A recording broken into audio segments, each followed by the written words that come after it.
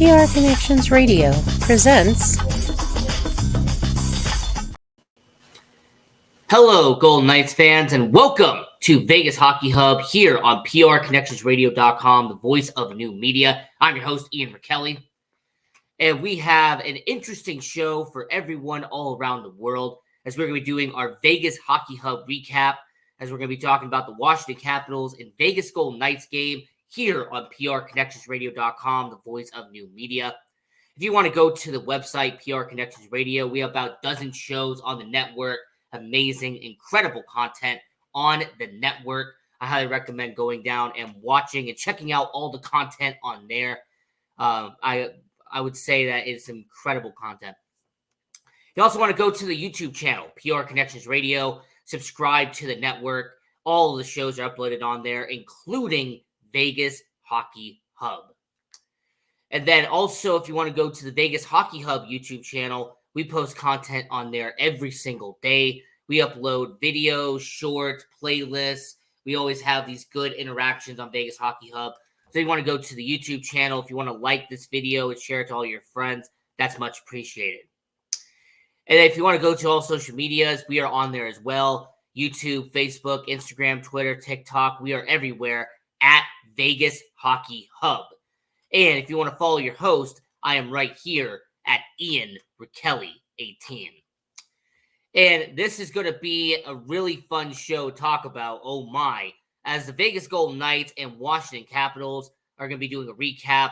Washington Capitals won the game 3-0. And there's a lot we can discuss in this game. But first, we have to get the pre-game notes out of the way. The Vegas Golden Knights, the day before, was at the Capitol, at the White House. You know, they took the thing at Washington, D.C., and more importantly, you had your Vegas Golden Knights, the Stanley Cup champions, visiting the White House. The iconic photo of Riley Smith, William Karlsson, and Jonathan Marchessault, the Misfit line, reunited at the White House. That was actually a very nice moment. They had the Barack Obama picture right above them that caused a media uproar in the comments. But still, it was a very nice moment. Riley Smith playing for Pittsburgh now, being reunited with his Golden Knights teammates that he was with for 6 years. So definitely a nice, cool moment there. You had Mark Stone, who was at the podium. He talked for a little bit with the Vegas Golden Knights. You also had the moment where George McPhee, Mark Stone presented a jersey and a stick to the United States President and Joe Biden. And regardless of what your political views are, it's always a nice, cool moment to have a president of the United States meet a Stanley Cup champion. And the fact that the Stanley Cup champion was our Vegas Golden Knights, what a nice touch. There was also the meme that came out with William Carrier with his face during one of the photos. That's kind of become an interesting meme now on social media. But yeah, the White House visit with the Vegas Golden Knights, I'm not going to say that was a distraction or anything, but it was still a very nice moment for the Vegas Golden Knights to go to the White House to meet the president, to have the official visit, the championship celebration of sorts for your Vegas Golden Knights. And as we got into the game, there was no lineup changes. Nick Waugh is trying to come back. Chandler Stevenson trying to come back. Nick Hague is still in the process of coming back. Of course, we're seeing in practice, one of them is in a normal jersey now. He's going to be coming back soon on a road trip.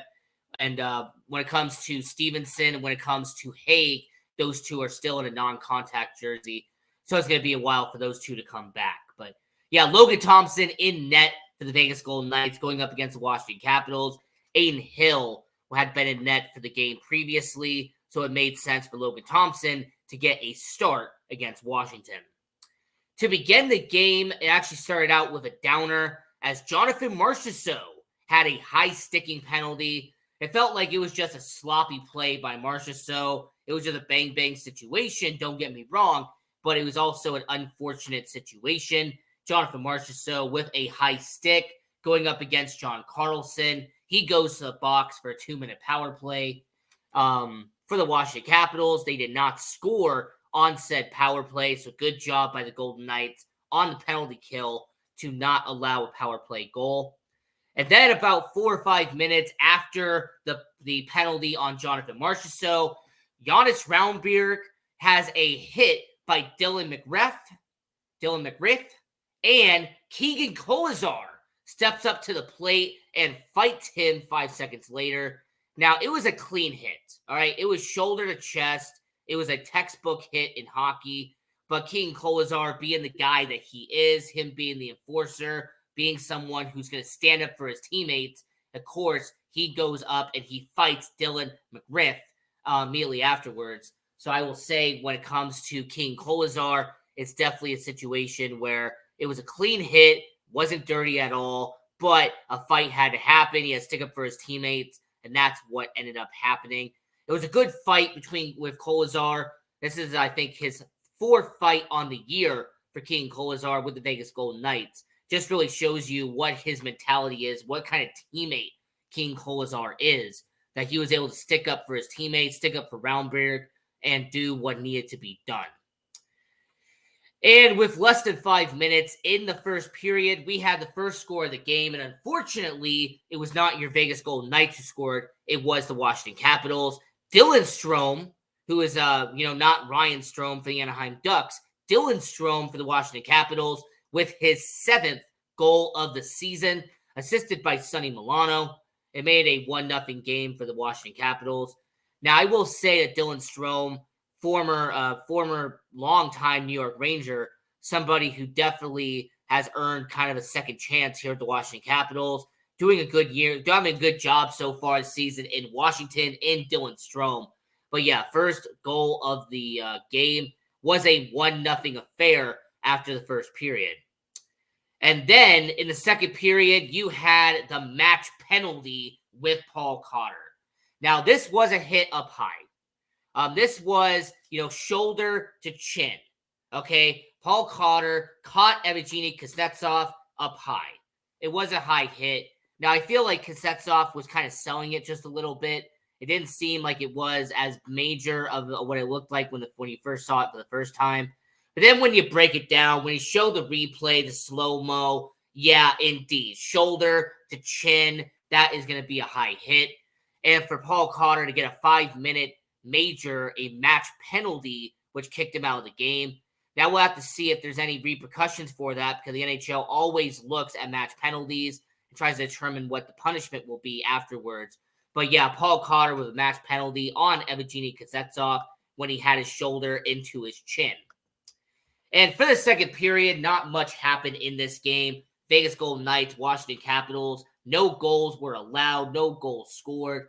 And outside of a Lucas Johnson penalty against William Carrier on the Washington side, you really did not have much to happen in the second period. It was just kind of a meh second period. Not really much happened in that second period. So you have a 1-0 game, and it seemed like the Golden Knights maybe could get a lucky break because this team looked sluggish in the entire game. The Vegas Golden Knights seemed like they had no energy on the ice. It seemed like the Vegas Golden Knights were just not connecting against Washington. Like there was just not much going on when it came to that performance there. And for Vegas, there seemed like there were some opportunities in this game. I mean, after all, when it came to the Vegas Golden Knights, when it came to the performance with them, you had 35 shots on net for the Vegas Golden Knights. In fact, they outshot Washington. So there was some opportunities in the second period. And even in the early third period, the Vegas Golden Knights did have some opportunities to score. It just seemed like the puck was just not going in the net. Charlie Lindgren, the former Montreal Canadian, he is now in net for the Washington Capitals. I will give props where credit is due. He did an amazing job for the Washington Capitals. Him having a shutout against Vegas. I mean, a couple of years ago, he had another incredible performance as a Montreal Canadian against the Vegas Golden Knights, only allowing 1 goal in that game. So I will say for Charlie Lindgren, good job by him. But yeah, it just seemed like the Vegas Golden Knights, the odds were just not in their favor. The luck was not on their side.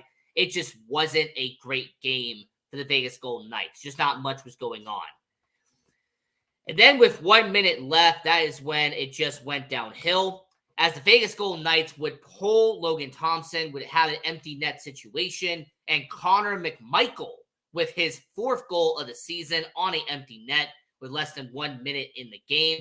Rasmus Sandin and John Carlson to make it a 2-0 game for the Washington Capitals. And then less than a minute in the game, only a few seconds later, Beck Melanson to make it a 3-0 game for the Washington Capitals and would make it a game over for Vegas. So Washington scores 2 goals in the last minute to win the game 3-0. And yeah, this is just a game that unfortunately happened. I mean, this is a game that you kind of forget about afterwards. Outside the White House celebration, there is not much about their trip to Washington that you can talk about with Vegas. This is going to be a game that you are just going to want to scratch out of the record, just take off your memory. You're going to forget about this by the end of the year. There's nothing you're going to remember about this game. The stats from this game, the Vegas Golden Knights outshot Washington 35-31. The hits, the Washington Capitals doubled the Vegas Golden Knights in hits 18-9. And the Vegas Golden Knights almost doubled the Washington Capitals in penalty minutes. Washington had 9. The Vegas Golden Knights had 14. And those penalty minutes, I mean, heck, even the Tom Wilson play where he had a high sticking penalty against Ivan Barbashev. I know that technically was towards the end of the game, but that is just something that also happened as well. Tom Wilson being the menace that he is. In fact, Tom Wilson wanted to fight Paul Cotter after the match penalty against Evgeny Kuznetsov. So I will say for Tom Wilson, him being a menace like he always is, getting a penalty in the game. And even when you break down all of the stats from this game, I mean, the Vegas Golden Knights had a 70% face-off win percentage, which is really good by Vegas. The fact that they won the face-offs about 7 out of 10 times in the game, that should have been a win for Vegas. But like I said, they just couldn't put the puck in the back of the net. No matter what they tried to do, they just could not get the puck past Charlie Lindgren. And then you also had the power play opportunities. Vegas had 2, Washington had 3, and both teams did not score in the power play, which should really be a test on the penalty kill for both teams. Washington's penalty kill and Vegas's penalty kill did exceptionally well in this game. So for them to go 0-2 and 0-3 in this situation is very good for both teams. The fact that their penalty kill did what they're supposed to do. And then you also had the fact that blocked shots. Now, normally Vegas leads the NHL in blocked shots. Alec Martinez and Brayden McNabb are 2 of the best shot blockers in all hockey. But in this game, the Washington Capitals blocked 17 shots compared to Vegas' 7. So in an abnormal game, Vegas only had 7 blocked shots, and Washington had 17. So definitely an abnormal situation.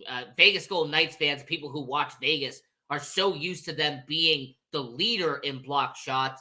So the fact that they had 10 less blocked shots than Washington did is a bit interesting. And then we also had the giveaway and takeaway situation. The Vegas Golden Knights had 9 takeaways and only 4 giveaways. Whereas the Washington Capitals, they had a little bit of a sloppy situation in this game. In fact, I thought Vegas was going to take more advantage of this, and they didn't. The Washington Capitals had 12 takeaways, which sounds good on paper, but they had 14 giveaways. So if Washington gives up the puck 14 times, that should have been something Vegas should have capitalized on. But unfortunately, they did not do it. Like I said, 0 goals on the score sheet for the Vegas Golden Knights. So I will say for the Vegas Golden Knights, this was just a game that once again, you are going to forget about. This is going to be a game that you're not going to remember. You're not going to sit back and think about, oh man, that Capitals game back in the beginning of the season. You're not going to care about it. Outside of the world celebration, the White House celebration that happened, that is the only memorable moment that is going to be talked about from this Washington trip. Now, looking forward to the rest of the week. as the Vegas Golden Knights are going to be on continuing their 5-game road trip, as they are going to be taking on the Dallas Stars. They're going to be taking on the Pittsburgh Penguins. I mean, this is a Vegas Golden Knights team that is definitely going to be tested on the road. This 5-game road trip is not going to be easy. It is not going to be a cakewalk for your Vegas Golden Knights. I mean, this is an organization who lost their first game on a road trip to Washington. Now, you have to go to Montreal. Now you have to go to Philly. And then you got to go to Dallas. I mean, this is going to be a situation where you have a lot of games back to back to back, and it's going to be a good process there. So I will say for Montreal, for Philadelphia, Pittsburgh, and Dallas, it is going to be a good situation for Vegas to see how they do on the road, to see how tested they are for the rest of the 5-game road trip. For those games, by the way, I just want to point this out. For the Montreal game, that is at 4 p.m. on Thursday. Saturday will be a 10 a.m. game. They're going to be on the morning slate against Philadelphia. And then it'll be a 3 p.m. game on Sunday. So for the Vegas Golden Knights and for this show, it's definitely going to be a good situation there. Then they'll be back at home around Thanksgiving on Saturday, November 25th versus Arizona at 7 p.m. So they're not going to be back home for 10 more days, the Vegas Golden Knights. And you know what? I will also say for Logan Thompson, since he actually had a good game, I understand the 3 goals doesn't make it seem like it, but this is still a guy that made 28 saves on the day. So for Logan Thompson, 5-2 on the year, a goals against average of 2.27 and a save percentage of 92.5. Logan Thompson is one of the best backups in all hockey, and I feel like he doesn't get enough respect for what he does here in Vegas. So I will say for Logan Thompson, still 5-2 on the year, he has done a good enough job as a goalie here in Vegas. And as we were talking about the Vegas Golden Knights, let's move over to the AHL and let's talk about the Henderson Silver Knights for just a minute. Because the Henderson Silver Knights have been playing pretty good up to this point. Henderson Silver Knights are 8-4 on the season. Their most recent game was against the Colorado Eagles, and they won in overtime 5-4. Now, they're also going to have a game against the Coachella Firebirds at home at Henderson on November 15th at 7 p.m. So if you're in Henderson and you're a huge hockey fan, at the Dollar Loan Center, 7 p.m., you're 8-4 Henderson Silver Knights taking on the Coachella Firebirds, who are the affiliate of the Seattle Kraken, on Wednesday, November 15th. And then you have a 2-game series, a back-to-back series, as the Abbotsford Canucks come to the Dollar Loan Center to Henderson on Friday, November 17th, and Saturday, November 18th. That's going to be a good situation. So I will say for all hockey fans, they have a 3-game slate this weekend, all at home in Henderson. And I also want to point out the Henderson Silver Knights are doing their Military Appreciation Night. As the Henderson Silver Knights on November 17th on Friday, they are going to be honoring active duty military members and veterans from all branches of the U.S. military. The Silver Knights are going to be wearing branded themed jerseys, and they're also going to be paying tribute to the U.S. military on Military Appreciation Night. Now, they released the jerseys for this situation, and I will say that they do look clean. Like, these are very nice jerseys that the Henderson Silver Knights are doing for Military Appreciation Night. And they will also, this is something very interesting for me. If you go to the game, the first 3,500 fans will receive a commemorative coin courtesy of Sunshine Minting. So I will say when it comes to their commemorative coin, I have one of them from last year. They are definitely a good they are a very good coin to have for the Henderson Silver Knights. And I will say that they also are going to be doing something that's very memorable. The game-worn military appreciation jerseys they'll be wearing in the game then will be auctioned off. So if you want to get one of those jerseys, they will then be auctioning off those said jerseys for the game for military appreciation. So very nice by the Henderson Silver Knights. That's a good situation there. So that is the game against Abbotsford on Friday. And we don't talk much about the statistics of the Henderson Silver Knights as we do a show at the end of the month, breaking down everything that's going on. But I will say for the Henderson Silver Knights, considering the battle that they had against the Colorado Eagles, considering the battle that they had in overtime on the road in Colorado, I mean, this was a Henderson Silver Knights team where Gregory Diansenko scored 2 goals in this game and had the overtime winner for the Henderson Silver Knights. Jake Bischoff got his first goal of the season, the captain of the Henderson Silver Knights, with his first goal of the season. Mason Gearston had his first goal of the season for the Henderson Silver Knights. I'm also going to point out that Sheldon Rampel has been by far the best player on this team. He has been incredible for the Henderson Silver Knights. Adam Cracknell, the former Las Vegas Wrangler, now Henderson Silver Knight, he has done a good job as well. And I will also say that when it comes to some notable players for the Henderson Silver Knights, Dyson Mayo, the good defenseman they acquired in the Shea Weber deal last year, he's done a good job. Brendan Bryson has done pretty well. The former first-round pick has done good for the Henderson Silver Knights. Mason Primeau has actually done some stand-up work for the Henderson Silver Knights. So I will say for the Vegas Golden Knights and the Henderson Silver Knights, there is some good promise with this team. And even the stats kind of back that up as well. So the Henderson Silver Knights heading into their 3-game trip, going at home at the Dollar Loan Center. Right now, Gregory Diansenko is the best player in Henderson. He is averaging a point per game, 13 points in 12 games, 6 of them being goals in Henderson. When they acquired him on waivers from the Florida Panthers, it has been a fantastic pickup by Vegas. So for Henderson, 6 goals, 13 points in 12 games for Gregory Diansenko. And even the goalies are doing well. Jesper Beckman, who is a rookie, is 3-0 on the year. You also have Jari Patera, who is 5-4 on the year. I mean, his save percentage is not as good as Jesper Beckman. Jesper Beckman, 2.53. Jari Patera with a 3.39. So for the Vegas Golden Knights, and when it comes to their farm system, there are some good players here.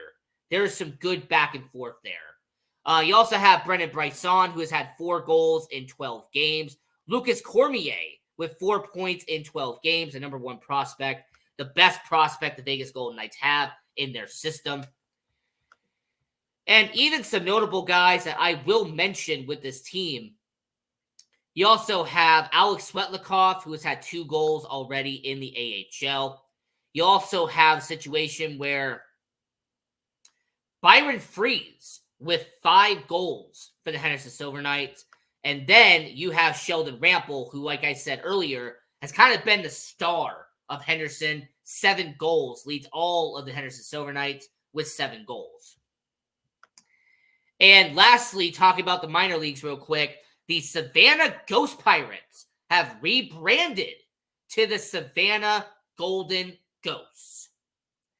The Savannah Ghost Pirates are donning the Vegas Golden Knights colors, becoming the Savannah Golden Ghosts. I saw the jerseys, by the way. They look sick. Like, these are amazing jerseys by Savannah Golden Ghosts. If I could get one of these jerseys, I definitely would. They look amazing. I like the touch there. I like the gold and the black. I kind of like the little pattern you have there. If I could turn a ghost pirate into a golden ghost, that is a nice touch there. So I will say for the Savannah Ghost Pirates, they have become the golden ghosts out there in the ECHL. I definitely appreciate that. I like that. Now, I will say for everybody watching all around the world, we are going to be doing more content. We will be uploading a video tonight at 6 p.m. Pacific, 8 p.m. Central. So if you want to go to the prconnectionsradio.com, or if you want to go to the YouTube channel at PR Connections Radio, I will say to everyone watching all around the world, we will be uploading a video to the channel as well. And we also will be uploading content every single day, as like I mentioned, since they're having games on Saturday and Sunday, we are going to be uploading that content as well to the channel. So this was an edition of Vegas Hockey Hub. I'm your host, Ian Rachiele. And until next time, continue watching hockey, go support junior hockey, and go Knights, go!